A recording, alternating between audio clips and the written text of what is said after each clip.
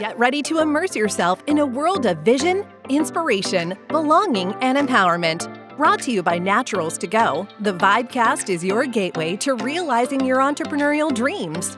In each episode, we're here to ignite your entrepreneurial spirit, offering you the tools and insights you need to turn your dreams into reality. We're all about fostering a powerful vision, sparking inspiration, nurturing a sense of belonging, and providing the empowerment you need to thrive. So sit back, relax, and get ready to dive into the vibe. It's time to take your entrepreneurial journey to the next level. Thank you for joining us, and let's start living the vibe.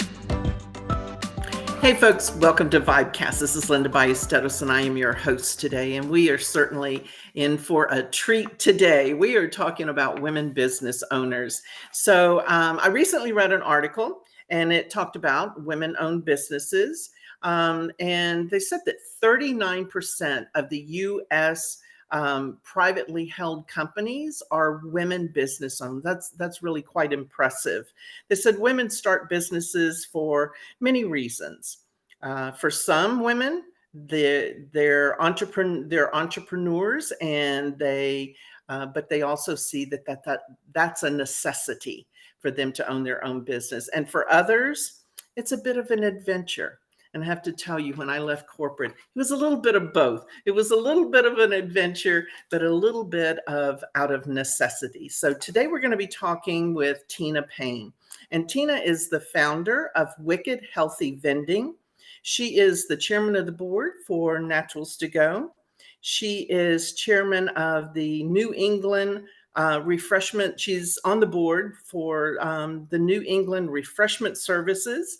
And she's also on the board for Mass Vending Association. So please help me in welcoming Tina to the show today. Hey, Tina, thanks so much for taking time clearly out of your busy day to spend with us.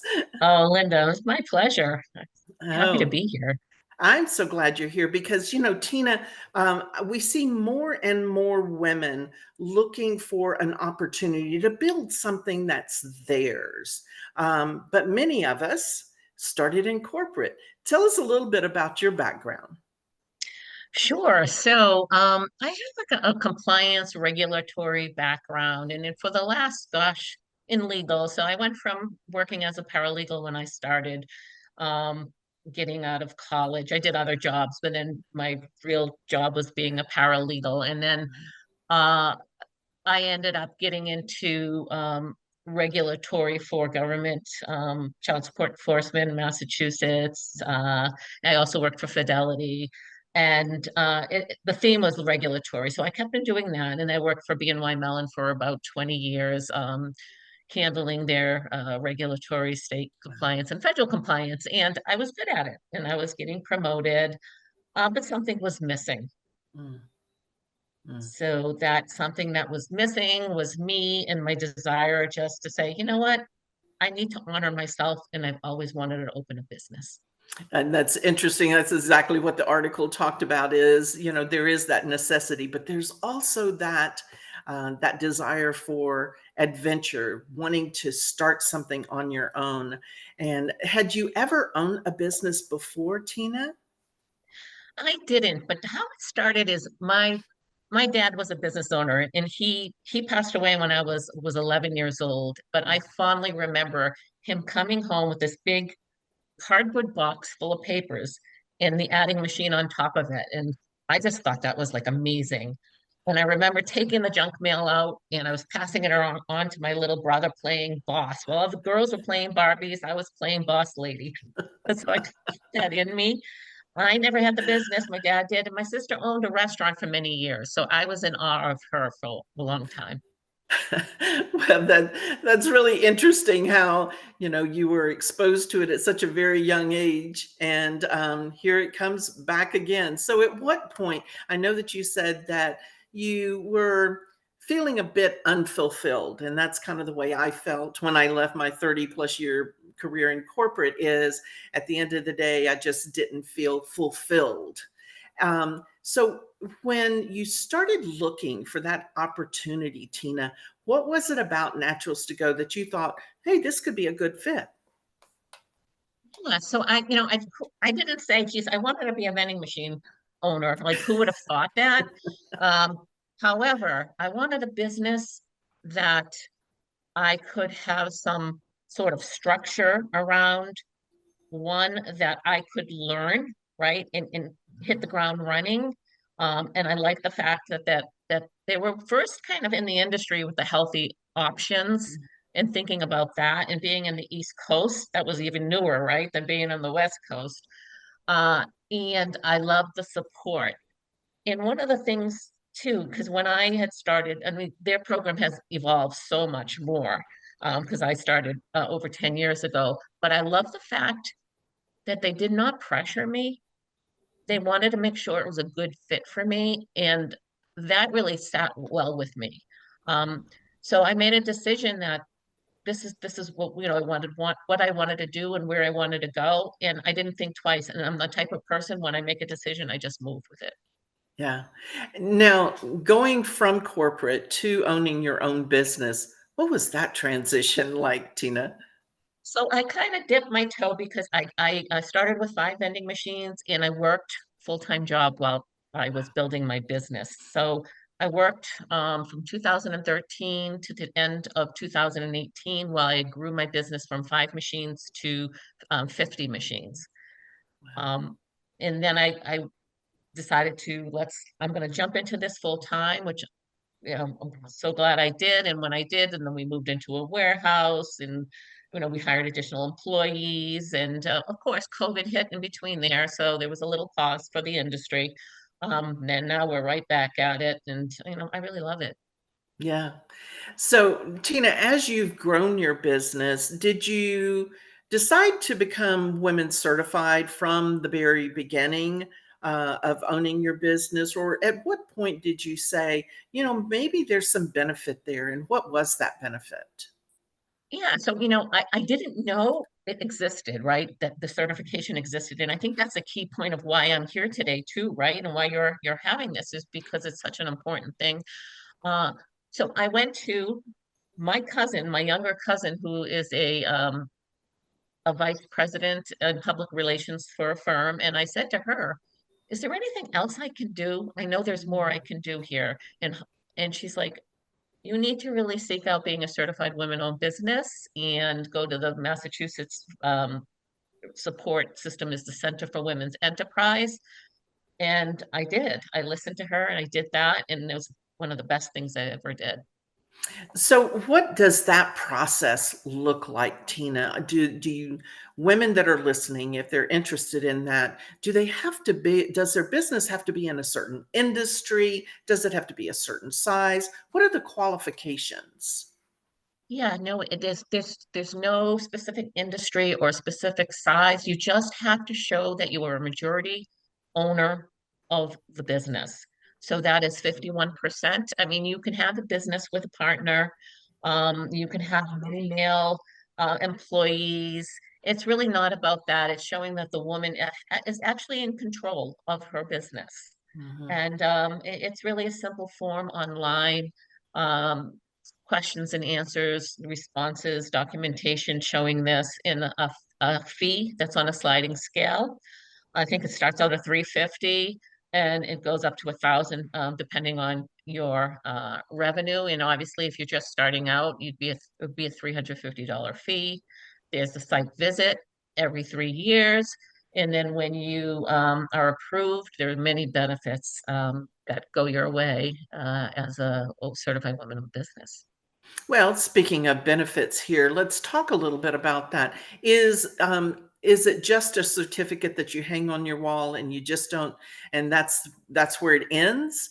Or what are some of the benefits that could help a woman in her business? Yeah, that's a good question, because, certainly having those a woman owned on your website looks good, right? Mhm. But it means nothing unless you do something with it. So as a certified women owned business, and really what that means is it's leveling the playing field as a certified women owned business. As a woman, you're diversified, right? You have a diversified status. And as such, there are benefits out there. And there are companies and government organizations that particularly work with diversified vendors, women being one of them, certified women-owned businesses. And the benefits you get is one of them is matchmaking. You will meet with these corporations, and if you're a certified women-owned business, they will hear you out. And if they have any need for your business, no matter what it is and what type of business you have, if they have a need, there's some synergies there, and they are charged with going to a diversified business. So a woman-owned business would likely get an account. There's grants available, private grants. You can, a lot of companies like Go Alice. No, I always say Go Alice. Hello, Alice. I'm thinking of Go Ask Alice. Hello, Alice. Staples has something. Women's Net. There's a lot of them that just have monthly grants they just give out to women to support women-owned businesses. And there's also government grants that look to support women in the industry. They want more women um, in their state operating businesses. And one of the reasons why is there's a lot of studies out there that women who own businesses are extremely profitable for the Ah. bottom line. So is this certification, is it granted by each state? Is each state you receive that certification? So the Women's Business Enterprise Council is the national organization that supports the women business owner certification. So you would go through that. Now, each state or region has a supporting agency that works with the national agency. So if you want to start, if somebody wants to start and talk to their regional or state agency to say, okay, um, what classes or what educational things that do you have? And also, can you point me in the direction of becoming certified? Or you can go straight to the national website, the Women's Business Enterprise website, and become certified. There are state agencies that give state certification. So you can have a certification for nationally, right? Corporations, et cetera. And then you could have for in Massachusetts, some supplier diversity officer certified, which means government, state, um, government RFPs, request proposals that come up. I can bid as a diversified owner. And so, Tina, when I'm listening to you describe all of the benefits, I would imagine that most women-owned businesses are women certified. Is that right?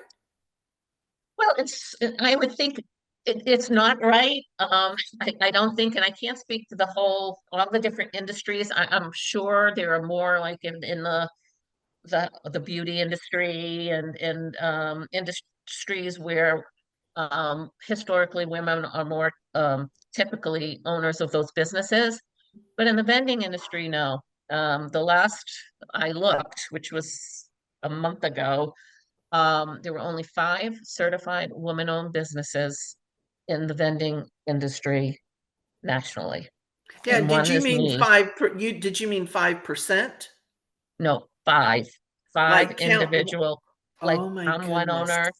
There's another owner on process.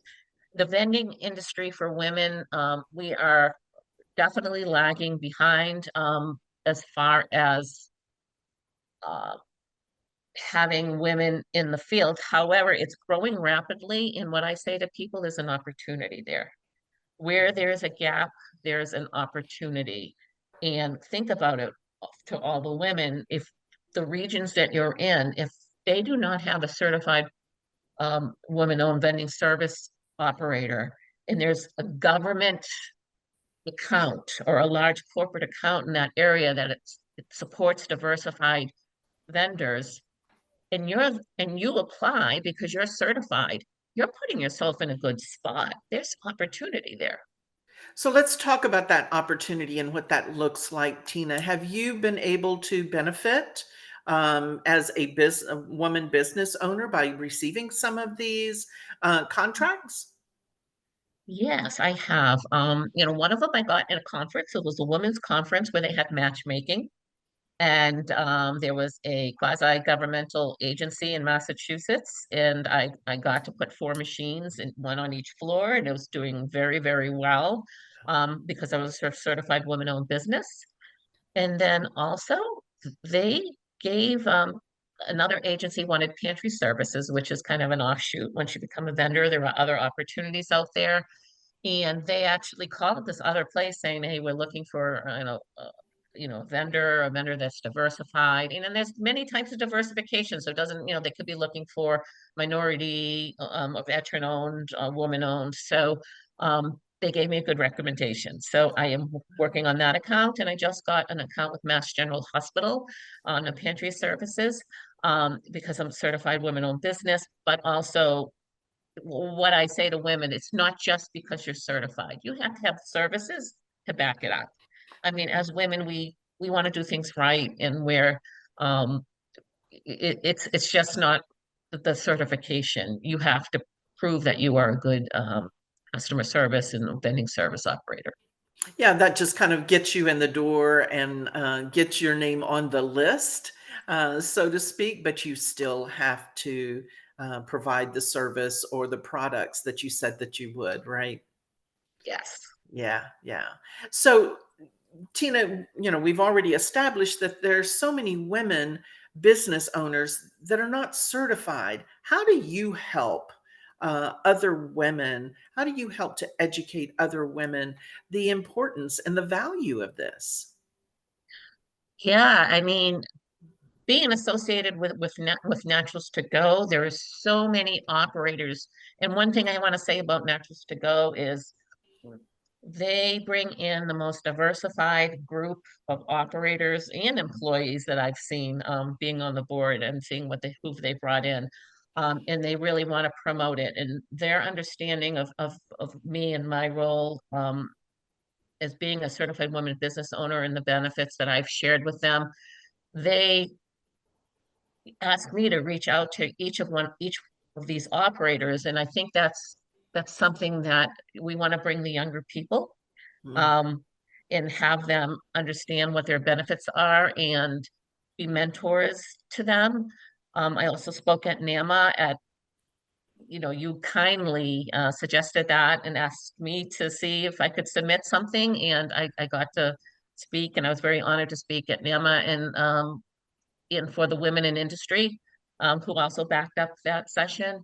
And hopefully that went out to the audience there. And several people have come to me and said, "Hey, you know what? I never knew this existed." mm, And I want to continue to do that. And even on my day-to-day talking to people, "Hey, did you know that even if somebody's in my own state, I want to share it. I mm. could look at people as colleagues, not competitors."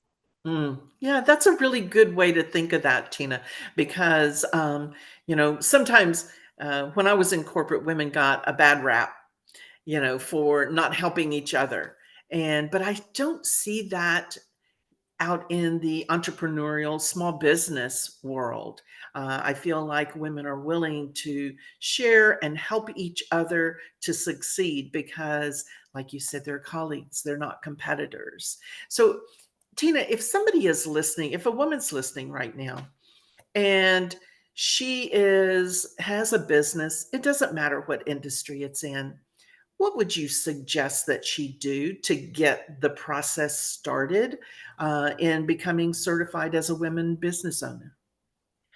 So what I would suggest is, it's easy to go right to the national website, but I would have her on the WeBank website, WBENC. It will list the regional support agencies. I would suggest to go there first because not only will they help you guide you to certification, but you will have access to classes, pitch competitions, everything from like helping you with QuickBooks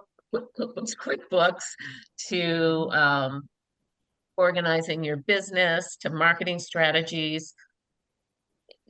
even if you're not a certified women-owned business. So try to see what other supports out there to get a comfort level. Maybe go to a class or something, visit them, and then go ahead and start your certification process. Yeah, I love that. It seems like it's pretty straightforward, rather direct. Again, Tina, what is that website? What is the name of the website for them to go to? Yeah, it's WBENC.org. Perfect. Very good. Now, Tina, do you have employees? You said that you have 50 machines. Do you have employees? Yeah, because with the print pantry services, we're really busy in machines all over Massachusetts and southern New Hampshire. I do. I have a full-time employee. He's my operation manager, and I have two part-timers. And I am doing a lot, right, with other things that I do in addition to running my business. So they're an amazing team. Um, they've been with me, all of them have been with me, two of them 6 years, one of them over 4 years. So um, we are a family. Yeah, yeah. You know, Tina, sometimes, um, even for myself, when I came out of corporate, I don't know that I could have had a vision as big as like what you've accomplished here, and you're the chairman of the board. Did you have goals? Did you have aspirations to sit on boards, sit on national boards and company boards? Is that something that you saw yourself doing even when you were in corporate? You know, not really.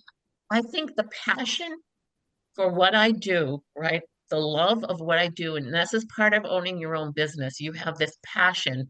It opened doors for me. So it's almost like these things I gravitated to the boards and other things I'm doing, but that they gravitated to me. And as you become in the industry for a while, you ask questions, you have colleagues and competitors that, help you learn something new.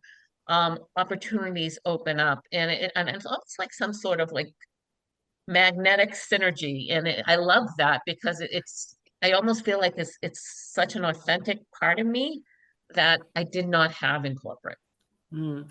You know, Tina, I always tell people that when I was in corporate, I didn't realize how restrictive my job description was. And, you know, when you become a business owner, did you see that you had talents and you could do things that you never imagined? Absolutely. So it's funny. You'll see those, when you have to do passwords and they ask you for, a question. One of them is, what is your biggest fear? And I put public speaking. And here I am And here you are. presenting at NAMA, talking on podcasts. And it's because of the passion I've evolved to. It's so funny because I always felt different and judged and insecure and when I was in corporate. And honestly, being part of the Natural Skill family and um, the team there, they make you feel so welcome and so confident in your abilities that you do rise to the occasion. And Mhm. I give a lot of credit to Heath Falzerano for that as well. Yeah. And it is wonderful when you do feel, for myself, I felt myself begin to unfold and unfolding these talents that I didn't know that I had before. So if there are women listening, Tina, and maybe they're still with corporate, maybe they're thinking about doing something, but they're just not sure they can make it. What would you suggest they do? Say, this is one of the things that I love, and it says, was it define? Don't let anybody define you, right? Mhm. Because you, you'll be restricted if you let somebody define you. So go for it. Go for it. And I always looked at it like, okay, what's the worst that can happen? But, you know, it didn't work out, but it will work out. Yeah. Yeah. Absolutely. Well, Tina, we've come down to the end of the show. I so enjoyed talking to you. I appreciate you sharing your story. I know that are women out there that will benefit from this. I wish I had listened to this when I was still in corporate. I may not have been as afraid to step out of that comfort zone. But, if you're listening, ladies, just take what Tina had to say, listen to her story, and know that, yes, you too can do this. So we're down to the end. And as always, I leave you with a quote. And this quote is actually by Sarah Blakely, and she is the founder of Spandex. And the quote goes like this. She is the founder of Spanx. The quote goes like this. Don't be intimidated by what you don't know, just like we were talking about. That can be your greatest strength and ensure that you do things differently from everyone else. That's really good advice. Amazing. Yes, it fit right in with what we were talking about, Tina. Absolutely. So, folks, thanks again for joining us today on VIBECast, and I look forward to seeing you next time. And in the meantime, let's go out and live the vibe. That's a wrap for this episode of the VIBECast. We hope you've been inspired and empowered on your entrepreneurial journey. Don't forget to like, subscribe, and follow us on all your favorite platforms to stay connected with the Vibe community. Until next time, keep nurturing that strong vision, fueling your inspiration, and embracing a sense of belonging and empowerment. Your dreams are within reach, so keep living the vibe.